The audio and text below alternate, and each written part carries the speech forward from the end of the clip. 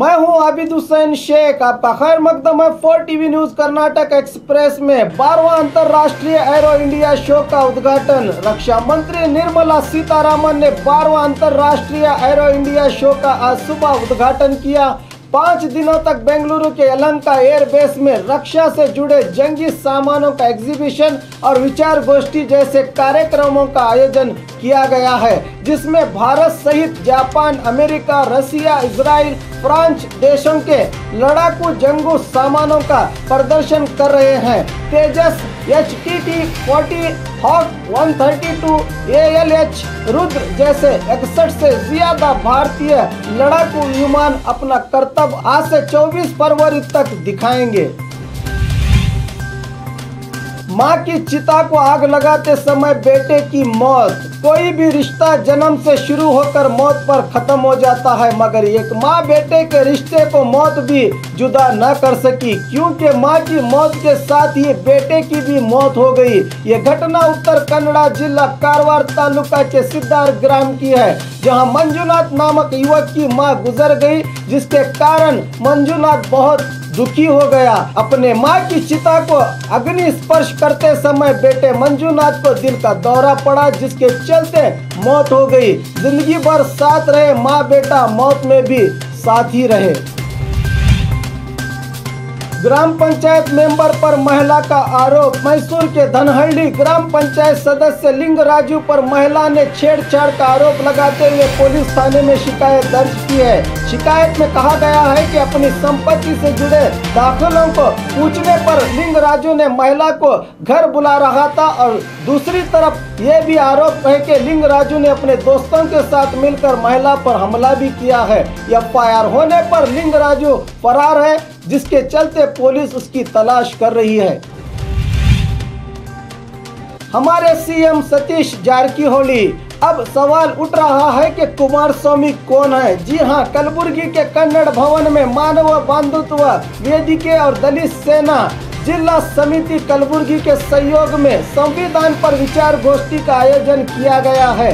इस कार्यक्रम में बेलगाम के विधायक और अरण्य मंत्री सतीश जारकीहोली पहुंच रहे हैं। इन्हीं के स्वागत में हर तरफ बैनरों में हमारे CM सतीश जारकीहोली लिखा गया है। पिछले दिनों सिद्धरामैया के दौरे पर अभिमानियों ने हमारे CM सिद्धरामैया कह रहे थे, अब सतीश जारकीहोली के अभिमानी जारकीहोली को CM कह रहे हैं। क्या राज्य में 2-2, 3-3 CM होते हैं? ये अभिमानियों को बताना जरूरी है।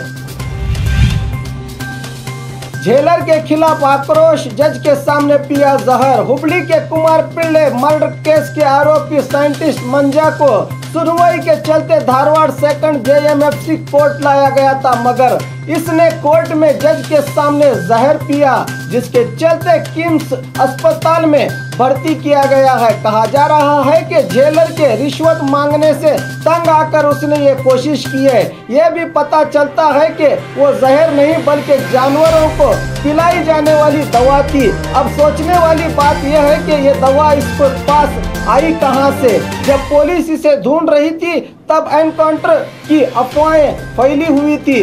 अपनी जान बचाने के लिए ये खुद पुलिस के पास आकर सरेंडर हुआ था। साइंटिस्ट मंजा।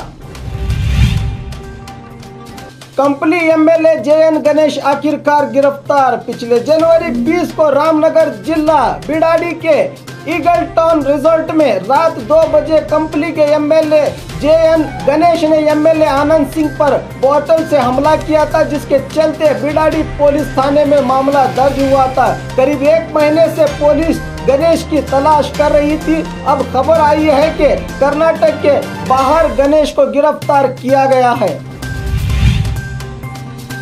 असली पुलिस ने गिरफ्तार किया नकली पुलिस को। कलबुर्गी में अपने आप को पुलिस इंस्पेक्टर कहकर आम लोगों से रुपया वसूलने वाले 2 व्यक्तियों को असली पुलिस अधिकारियों ने गिरफ्तार किया है। मोहम्मद मिर्जा और सलीम नामक ये दोनों मस्जिद के लिए और दरगाह की तामीर के लिए रुपया वसूल कर रहे थे। जिला SP ने जनता से निवेदन करके कहा है कि अगर कोई इस तरह झूठ बोलकर लोगों को धोखा देते हैं तो पुलिस को इसकी जानकारी दे।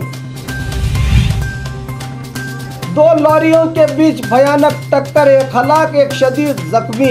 आज सुबह 10 बजे के करीब इंडी तालुका के देगनाड़ क्रॉस के पास नेशनल हाईवे नंबर 13 पर यह भयानक हादसा पेश आया है, जिसमें शोलापुर से आती हुई और शोलापुर को जाती हुई लॉरियां एक दूसरे से टकरा गई, जिसके चलते मौके पर ही एक व्यक्ति की मौत हो गई तो दूसरा बुरी तरह घायल हुआ है।